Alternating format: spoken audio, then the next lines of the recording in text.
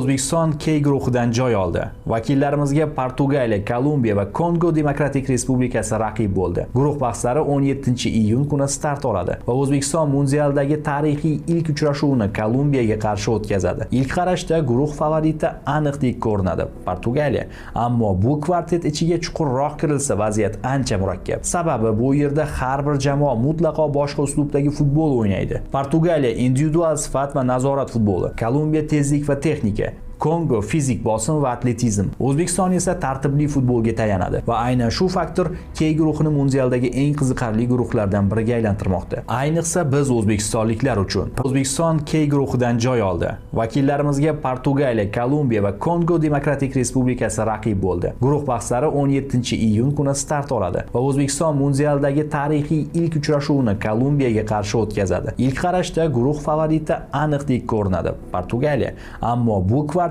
ichiga chuqurroq kirilsa vaziyat ancha murakkab. Sababi bu yerda har bir jamoa mutlaqo boshqa uslubdagi futbol o'ynaydi. Portugaliya individual sifat va nazorat futboli, Kolumbiya tezlik va texnika, Kongo fizik bosim va atletizm. O'zbekiston esa tartibli futbolga tayanadi va aynan shu faktor K guruhini mundialdagi eng qiziqarli guruhlardan biriga aylantirmoqda. Ayniqsa biz o'zbekistonliklar uchun.